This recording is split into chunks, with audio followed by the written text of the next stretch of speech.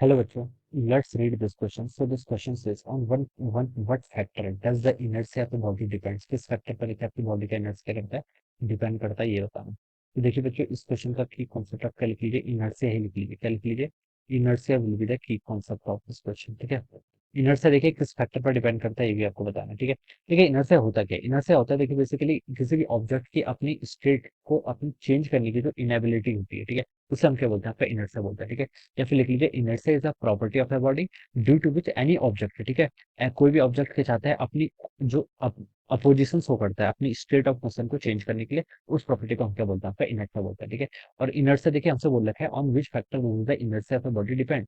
Inertia देखिए आपका mass पे डिपेंड करता है। Inertia is proportional to mass बोल सकते हैं। ठीक है। ऐसे लिख लीजिए, inertia is proportional to mass. या फिर हम ऐसा भी लिख सकते हैं, इनर्शिया मास के ही इक्वल होता है। ठीक है। जितना ज्यादा आपका मास होगा उतना ज्यादा क्या होगा? आपका इनर्शिया होगा। ठीक है। इसको हम यहाँ पर से ऐसे डिफाइन कर सकते हैं। ठीक है। इनर्शिया क्या होगा? जितना ज्यादा मास होगा उतना ज्यादा इनर्शिया होगा। जैसे देखिए हम इसको कैसे डिफाइन करें। जैसे देखिए आपके पास कोई ऑब्जेक्ट है जिसका मास आपका 2 kg है। ठीक है। 2 kg के ऑब्जेक्ट को देखिए बच्चों, मुझे मूव कराना है, तो मुझे फोर्स देना पड़ेगा कुछ। मान लीजिए मैंने एफ फोर्स दिया है। ठीक है। ये आपका 2 kg का ऑब्जेक्ट है, इसको मूव कराने के लिए मुझे, ये आपका टेबल पर रखा हुआ है, एफ फोर्स आपने इसको लगाया। ठीक है। अगर कोई ऑब्जेक्ट है देखिए 10 kg का है। ठीक है। तो इसमें से देखिए किसका लार्जर इनर्शिया होगा? ठीक है। जिसका जितना ज्यादा मास उसका उतना ज्यादा इनर्शिया। ये आपका 10 kg का ऑब्जेक्ट है, इसको मूव कराने के लिए मुझे एफ डैश फोर्स देना पड़ेगा। और मैं बता सकता हूँ एफ डैश की value must be definitely be greater than F. ये आपकी एफ से क्या नीचे ग्रेटर मिलते हैं। ठीक है।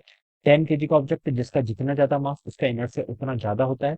2 kg का ऑब्जेक्ट का इनर्शिया क्या होगा? उतना कम होगा। ठीक है। ऐसा हम इसको कर सकते हैं, एक्सप्लेन कर सकते हैं। ठीक है। कोई भी ऑब्जेक्ट है देखिए, जैसे हम इसको ऐसे भी समझ सकते हैं, मान लीजिए देखिए एक साइकिल आपकी तरफ आ रही है। ठीक है। लेट ये आपकी कोई साइकिल है। ठीक है। एक पर्सन साइकिल पे कर रहा है, ड्राइव कर रहा है, वन पर्सन इज सिटिंग। ठीक है।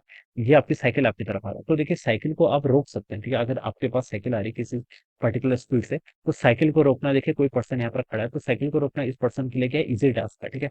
लेकिन अगर हम बोलो कि यहाँ पर से ऐसा कोई क्या आ रहा है, कोई ऐसा कार आ रही है। ठीक है। एक one car is coming to person. ठीक है। तो इस पर्सन के लिए देखिए इस कार को रोकना क्या है? काफी मुश्किल टास्क है। ठीक है। क्यों? क्योंकि देखिए जो साइकिल है, साइकिल का मास कम है, साइकिल का मास कम है, तो मैं बता सकता हूँ जो इसका इनर्शिया होगा, जो साइकिल के पास क्या होगा? आपका लेस इनर्शिया होगा। ठीक है। और जो आपकी कार है, कार के पास क्या होगा? आपका मोर इनर्शिया। क्यों? क्योंकि इसका मास क्या है? ज्यादा है। ठीक है। तो देखिए इनर्शिया था क्या? इनर्शिया था कि देखिए इनकी स्टेट ऑफ मोशन को अपोज करना। ये वेलोसिटी में, इसके बाद वेलोसिटी यानी कि मूव करिए, तो इसको रेस्ट पर लाना इजी है as compare to the car. Car को देखिए रेस्ट पर लाना क्या है? काफी डिफिकल्ट है। ठीक है। तो सेम पर्सन आपकी कार को क्या लगता है? रेस्ट पे नहीं ला सकता, बिकॉज कार के पास क्या? आपका मोर इनर्जी है। ठीक है। तो इसकी स्टेट को चेंज करना है, यानी कि इसको मोशन से रेस्ट पे लाने के लिए आपका इसका एनर्जी ज्यादा होगा। तो ये प्रूफ आपका क्या होगा? मतलब ये इस प्रूफ से पॉसिबल नहीं है कि हम क्या कर सकते हैं, कार को ऐसे रोक सकते हैं। साइकिल को तो ऐसे हम रोक सकते हैं। ठीक है। तो दिस इज द इनर्शिया। तो इनर्शिया किस फैक्टर पर डिपेंड कर रहा है? आपका मास पर। जितना ज्यादा मास उतना ज्यादा इनर्शिया। ठीक है। ऐसे कर सकते हैं। So I hope you all understood this concept. All the best and thank you.